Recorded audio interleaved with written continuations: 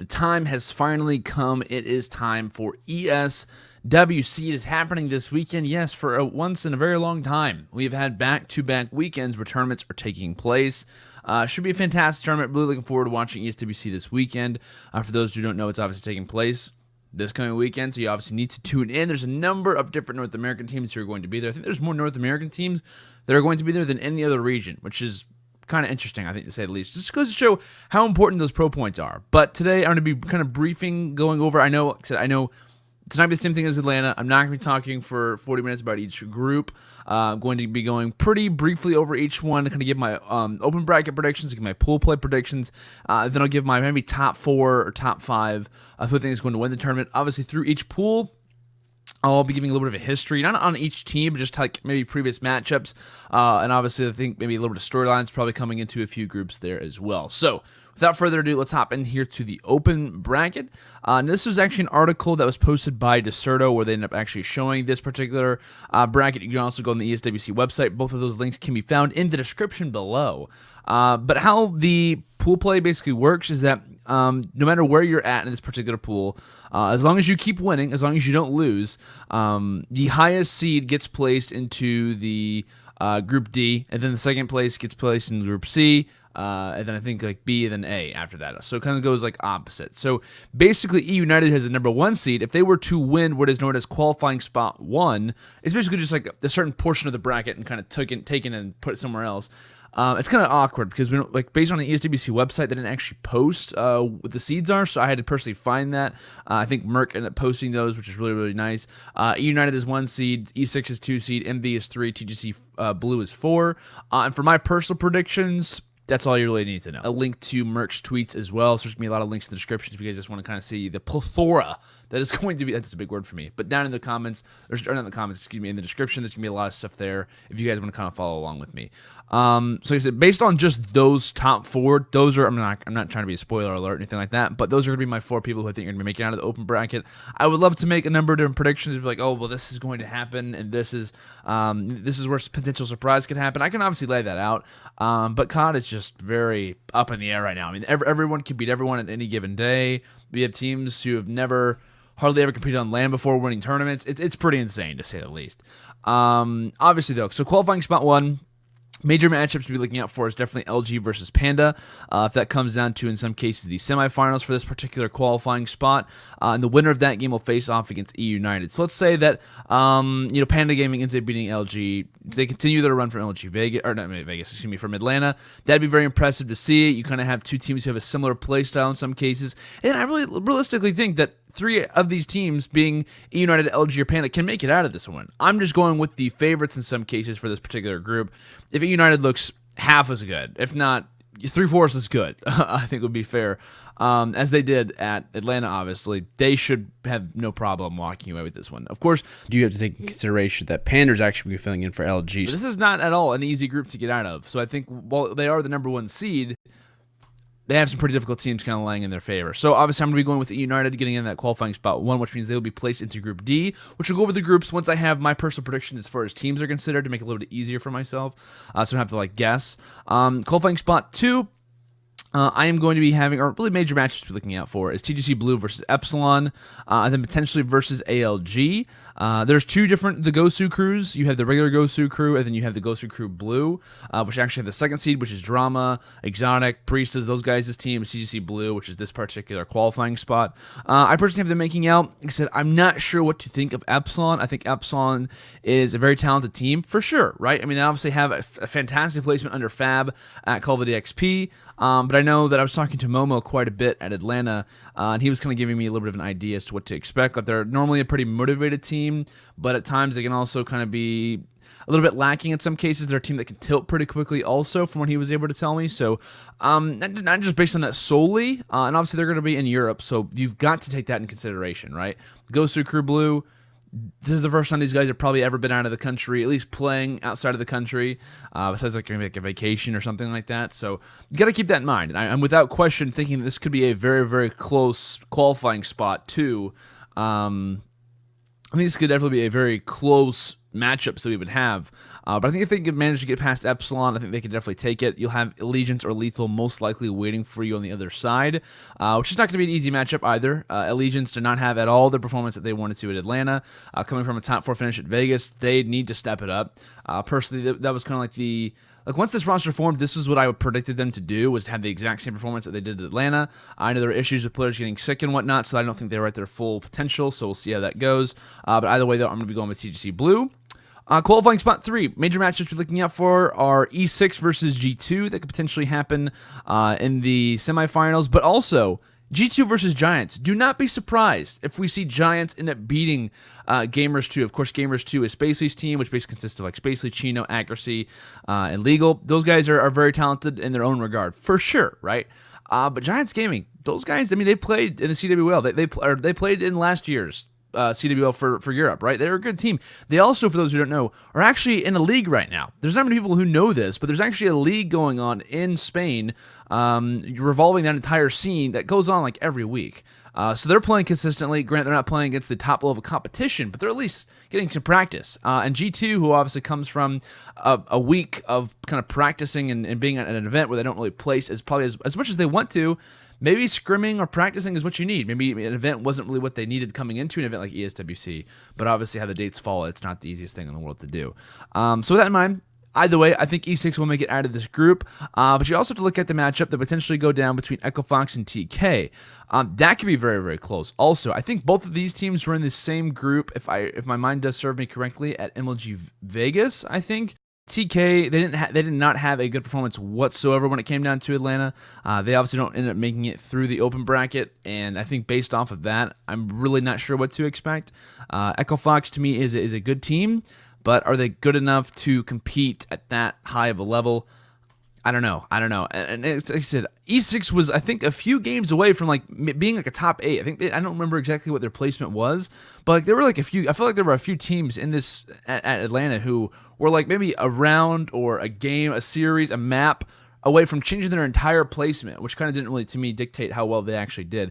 E6 performed a lot better than I thought they would without the OSA, and I think they're only going to get better as time goes on, of course, trying to improve off of a weapon that 3 out of the 4 of their players would rock most of the time. So either way, I'm going to be going with E6, but I wouldn't surprise me whatsoever if a team like Echo Fox or TK, or even if G2, if they started to have a pretty good run, if that team starts to catch fire, they can make it out. To me, there are a solid 3 or 4 teams who can make it out of this one. I just think based on overall skill level and consistency, it should be E6, but that is obviously very likely to change. And I'm pretty sure one of the 4 teams who I'm saying is going to make it out of the open bracket probably won't, and that could definitely be one of the pools where it doesn't happen, or one of the spots, qualifying spots, location area things that doesn't happen. I don't really know what to call it, to be honest. Qualifying spot 4. Major match to be looking out for is obviously going to be Envy versus Live in the Dream. That is the old Red Reserve roster. Parasite's team, obviously. Parasite, Swirly, Llama God. Those guys, you know, they're an okay team. I didn't say Pac-Man. I meant to say Pac-Man as well. They're a good team. Obviously, it was an issue for them to try to get to this event, so obviously they've got to have at least a little bit of fire. Probably a good amount of pressure as well, probably coming from the community. At least a spotlight, I think, to say the least. They probably have a major spotlight looking at them when it comes down to this tournament. But the way that Envy looked, man, the way that Envy looked at Atlanta was just pretty scary at times. You know, granted, they ended up beating off the game. They ended up losing to them later.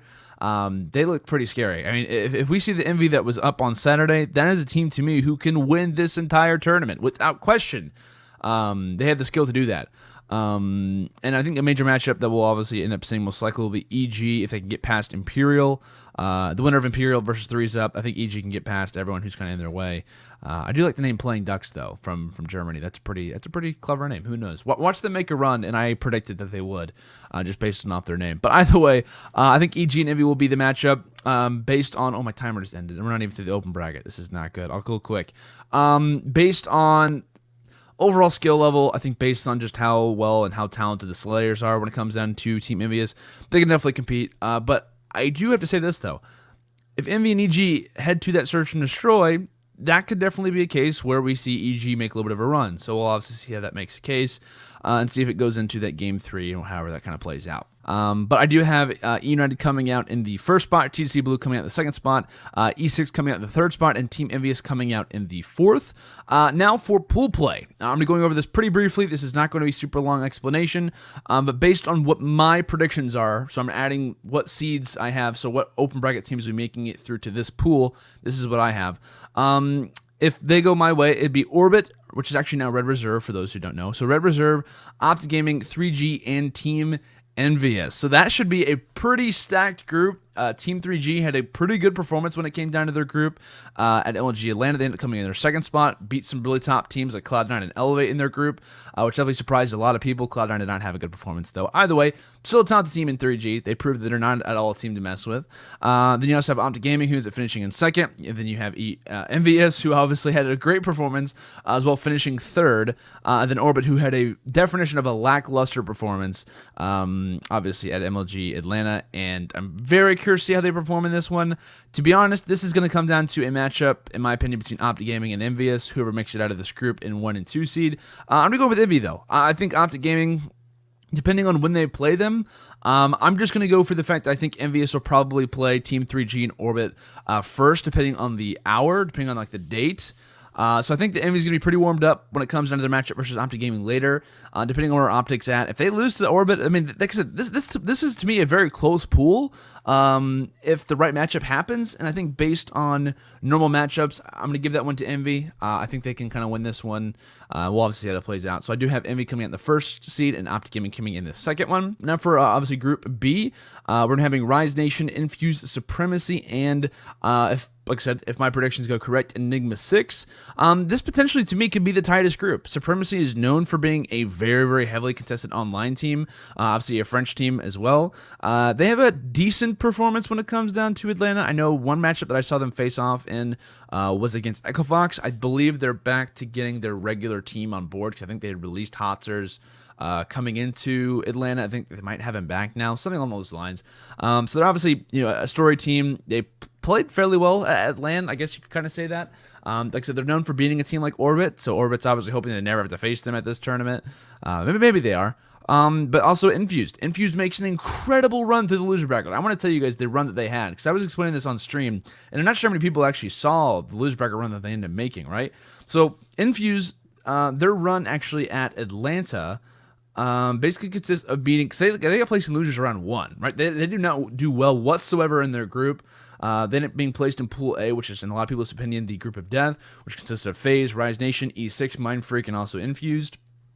So they get placed in losers round 1. They beat STDX, a very talented amateur team who knows, or actually they say semi-pro team, who pretty much a lot of the time can be a major surprise. They end up beating them 3-1.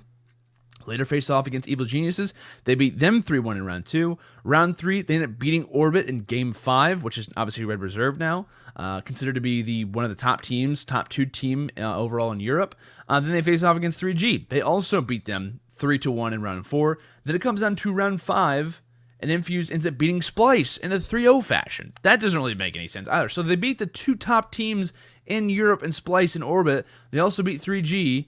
And then they end up losing to Luminosity Gaming 3-0 at the end. I think that's the definition of a team who kind of ran out of steam there. Granted, LG is a fantastic team, but still, Infused, incredible run. They beat 1, 2, 3, 4, 5. 3 of those 5 teams being top teams from Europe. 2 of them being the top 2 from Europe. So you got to give a lot of credit to Infuse, and that's why I do have them making in one of these final spots. Rise Nation ended up having a pretty easy performance versus the E6. I think they ended up 3-0ing them in their group, getting a little bit of revenge from LG Vegas, in which case when E6 came out and 3-0, 9-0 their entire pool, E6 ended up beating Rise Nation in one of those particular engagements. But I'm having Rise Nation beat them. I think as far as the current meta is considered, Rise Nation is the better team. And granted, while they didn't have the best performance at Atlanta, I think it was just honestly a rougher time for them. I think they're going to perform a little bit better, and I think Rise Nation has a better matchup versus Infuse, to put it lightly. But this, to me, could be a very, very tight group if things go the right way. I think any team can be any other team. Maybe in the case of Supremacy, I think the highest they can probably get is the 2nd seed. But if we see E6 have a good performance, if they kind of get used to being in a different environment, that can obviously play a factor to them. But to me, they're such a younger team. This is probably one of the first times they've played outside of their home country. I guess outside of North America, probably. So we'll obviously have that plays, and I think Infuse is going to have a lot of motivation with the crowd behind them. ESWC, everyone knows how loud the crowd can get, and that definitely plays a factor in a lot of my predictions. So I have Rise Nation and Infuse coming out. Rise Nation in first, Infuse in second. Pool play, Group C, one of my favorite groups to be looking at as far as the entire lineup is considered. This consists of Splice, FaZe Clan, Extrovert EU, which is the old Aware team, for those who are curious, not the Extrovert North American team. And then plus the second seed from Open Bracket, which is, in my opinion, going to be TGC Blue. FaZe, yet again, to me, this is another fantastic group for them. They usually do well versus European teams. Granted, they end up losing to Splice, I believe, at Call of Duty XP, but every other time it seems that they can beat the top teams. They beat Splice. They've beaten, I mean, like I said, every team that was going to throw it at them back in Black Ops 3 for the most part, they were always known for taking them out in Game 5 situations. This is, to me, not a struggling FaZe team by any means. I think while Luminosity Gaming, to me, is a top team of the game, I think FaZe is better. And I think like defining FaZe as a top 4 team without question should be a role that we put them in. That's just at least my opinion. So based on that as well, TGC Blue to me is without question a talented team. They end up making a pretty insane losers bracket run, beating a number of different top teams, being E6, beating Cloud9, teams like that. They end up facing off against Splice, who's kind of waiting at them at the end of the tunnel. Splice ends up 3-0ing them. So based on matchups, this to me is pretty clear-cut how it should go. There's a lot of talent in this group. Extrovert can beat a team like Splice. Extrovert, to me, can beat a team like TGC Blue. The previous Aware squad is not one to mess with. However, when it comes into FaZe, I just think that's where FaZe is going to kind of roam. They're going to be like, yeah, you guys are great, but we're much better than you. So I think it's going to be FaZe. I think it's going to be Splice in Seed 2. We'll go and move on here to our final group, which is going to be Group D. And you're going to see a pretty interesting matchup, right? Cloud9, Elevate, Fnatic, and if it comes down to it, if my predictions ring true, number 1 seed should be United from the open bracket. So yes, Elevate versus C9, Reedy versus Aches yet again. So for those who don't know, there was a little bit of drama that actually ended up taking place coming into Atlanta between Reedy and Aches on Twitter. Reedy, a very vocal player from Europe, and Aches has no question, obviously, voicing his opinion when it comes down to Twitter. Elevate ends up facing off against them in group play and 3-0s them. It was pretty dirty to watch. I actually wasn't able to watch it, but I went back and watched the VOD shortly after. Actually, the night that it happened, I was like, I got to go back and watch this matchup. Because I ended up seeing the interview, I believe that Matt or Mr. X ended up having with him, and Reedy was just kind of dogging Aches. He was like, yeah, like, they've got to be, like, they're not even a good team. Like, we shouldn't even be talking about these guys because they're not even good. So there's a lot of storylines coming into this one. That I hope that is on stream. I hope that one is broadcasted to the entire world because it should be a great matchup to watch, and that to me will define how this particular pool goes. Granted, Fnatic's a good team, but they didn't really show me too much when it came down to Atlanta, so I can't really have them moving on. I think the winner of Cloud9 and Elevate will join alongside of E United in getting out of this group. Now, between the matchup between Elevate and C9, right, Reedy versus Eggs, there was some stats that I heard released around the search and destroy performance that Cloud9 was having. They obviously do not have a great pool whatsoever. I think Assault ends up finishing off pretty well. Lacefield has, I think, like a 0.9 KD around there as far as respawns are considered. I think I heard Ricky had like a 0.5 S&D, which is like never ever happened to Ricky, I think, in his entire career.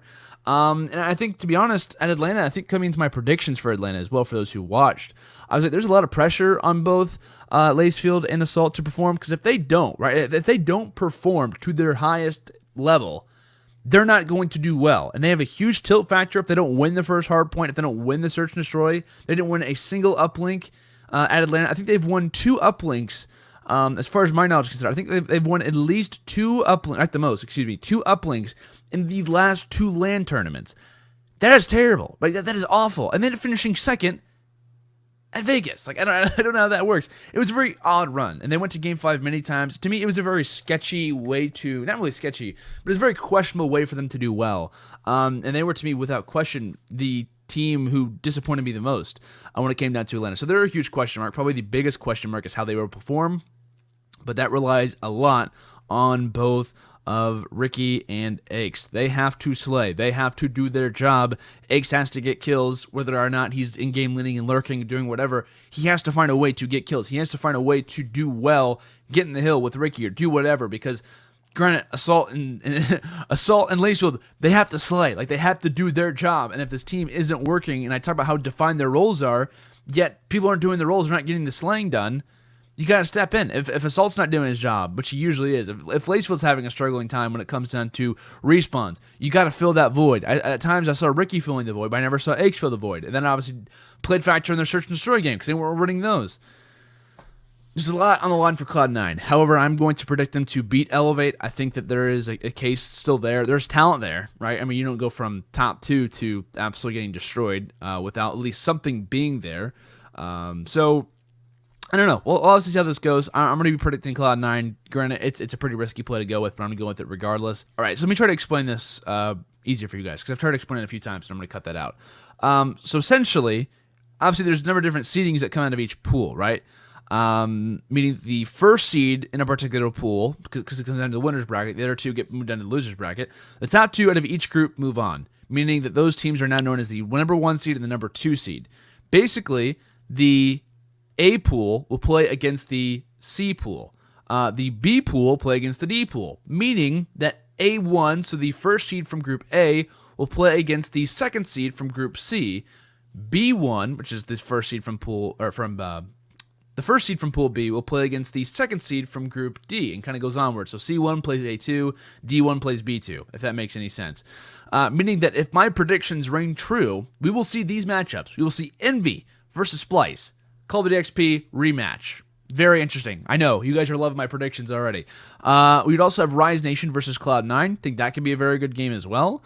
You have FaZe versus Optic. Yes, so FaZe and Optic would face off in back-to-back-to-back tournaments. What could get better than that? And then we would also have E United go up against Infused, which could also be a very tightly contested game. So based on my predictions, I think we could have some pretty great games. Pretty great games we could have at this tournament if they do go through. And in which case, I think that Envy would beat Splice. I think Rise would beat Cloud9. Depending on the maps, I think depending on the maps for this particular series, if my predictions do happen, that to me is what makes the series win. That, to me, based on the maps, will guarantee one team a win over the other. Because we talk about Optic Gaming's performance when it comes down to their S&D is great, but they had a lot of close games where they were narrowly winning. Like, the reason why this roster was put together was to slay. That they were put together to dominate teams in Hardpoint. Yet that is known as their weakest game mode. Like, there's something that is not working, and I feel like Optic Gaming is in some cases kind of relying on the fact that, hey, this game type's working, let's just kind of roll with that instead of maybe fixing the issues that they might have with their hardpoint game. They need to be a solid hardpoint uplink team, winning those respawns consistently. And like I said, I hope that once ESWC is over, they get to that point, because I don't think over a one-tournament period, over a one-week period where you're probably not playing ever, or hardly, if at ever... when you're not playing hardly, or if at all, you're not going to have a whole lot of time to change your game types as far as like which one you prefer. So in that particular engagement, I'm probably going to be going with, I want to say FaZe, but I feel like Optic's going to close it out anyway. Like I said, Optic ends up beating FaZe at MLG Atlanta, so I'll give them the hedge on that one. And then we obviously have the last matchup to me for winner's bracket, which would be E United versus Infused. Obviously, I can't really predict too much after this due to the fact of not really knowing how they're going to work, where they're going to put them at as far as the extending winner's bracket will go. And I'll probably have E United winning that one. Infused is a great team. Don't not take anything away from them whatsoever, but I think that loser's bracket run, obviously took place because they were in a consistent winning rate, and that obviously gives the team a huge amount of momentum. And so my final predictions, right? My top 4 predictions for ESWC will be Splice coming in 4th. There's always a European team. To me, that's just a consistent result that you have to have. Splice, to me, performs better than any other team when it comes into matchups, especially versus Orbit. I thought Orbit was going to have a pretty good tournament when it came down to Atlanta, but I didn't really realize. I kind of contradicted myself when it came down to predictions, because I was like, I think Orbit's the best team in the game. However, though, when it comes down to matchups, Splice has way better matchups than Orbit does. It just happens to be that every time Splice matches up against Orbit, Orbit happens to beat them. So based off of that, that should mean that unless Splice plays Orbit, they should have a better performance, which they did, and I don't know why I predicted the opposite. So if Splice face off against Orbit, that could obviously give Orbit a good amount of momentum, but based on my predictions, it's not going to happen. In 3rd place, I'm going to have Optic Gaming. Optic Gaming looks strong. They look good, but I don't think that on a consistent basis they can beat teams like Envy and E United. That, to me, is so big, because, to me, if they win the first hard point, most of the time they're going to win the search and destroy. Obviously, it depends on the map. If they win the first hard point, that's big for them. And when it comes down to a team like Envy and E United, that's to me, what decided the entire series between E United and Optic Gaming in the second best of 5 at Atlanta. Obviously, Optic game would have been 4-0 straight in map count. That would have been huge for their momentum. They probably would have took the Search and Destroy, which they ended up doing. However, though, imagine if they would have took that hard point. They'd be up most likely 2-0 in that particular series and would just need an uplink or a hard point to close it out. And a Search and Destroy statistically isn't known as United's best game type. It's known as their worst game type. So you're in some cases, Optic is facing off against what used to be their old team. Not obviously, it's not at all the same thing, but you're looking at a team who has the exact same good game types as you used to. So it's like the Optic of now is facing off against the Optic of old as far as like game types are considered between Optic and United. So it's kind of to me an odd thing. And I'll always take the team who is more talented than the Respawns because I feel like besides every other team, S&D obviously wins championships. But when it comes down to Respawns, that's Optic's bread and butter. That should be Optic's bread and butter. You can't rely on Search and Destroy with this group of Slayers. It just, to me, isn't there. So when you're having E United coming in second place and Envious in the first spot, and granted, E United showed fantastic composure. I mean, that was, to me, one of the biggest takeaways I had from their overall performance at Atlanta was how quickly they were able to adapt and how well they were able to adapt in the middle of a series. Like, how does that happen, right? That major comeback they ended up making versus Splice, which I know left a lot of EU teams crying and being very sad. You're not trying to obviously bring that up to you guys, but middle of the series, they're down 0-2. They win an uplink, which United, or not United, but EU teams are not known for doing very well in. And United ends up clutching that. That gives them a huge amount of momentum. They win the hard point. They also win the Search and Destroy after. So United to me is a team that can adapt very well. They're incredibly impressive, and I think they have the potential to win future events. I'm not saying they're a one-trick pony. They're going to have one event and they're not going to be heard of ever again. But if there was a tournament between the two for them to do bad at, I would have definitely predicted this one. And that's not even a bad placing. Second is not bad whatsoever. But there's something to me about this Envious team that clicks. I think there's something there. If Apathy plays the way that Apathy should play, I'm hoping that Cap is taking notes of what he did at Atlanta and saying, do the exact same thing. Like, don't change anything, Apathy. But to me, there's something with this Envious roster that clicks. And I think based on, like, how the pools, like, how my predictions line out, to me, this is something that Envy should win. I think this to me is a tournament that they should win.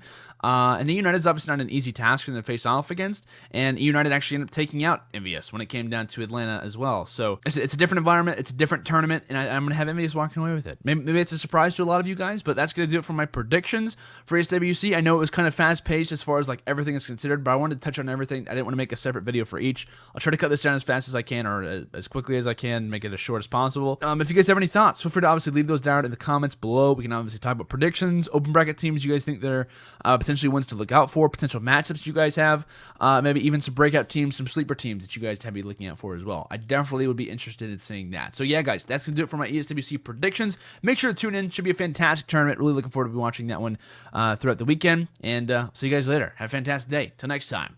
Peace out.